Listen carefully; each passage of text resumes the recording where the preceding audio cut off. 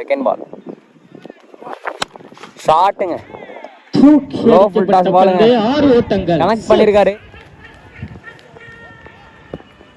Third பால் ஷாட்டுங்க. மீண்டும் தூக்கி அடிக்கப்பட்ட பந்து வேற லெவலா வந்து 6 ஓட்டங்கள் அடிச்சாருங்க. அப்பா பெரிய 6 சரியான சிக்ஸுங்க.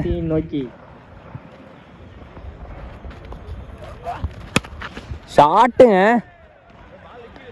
4 உடைச்சு போட்டாருங்க அந்த பால். லாஸ்ட் 2 பால்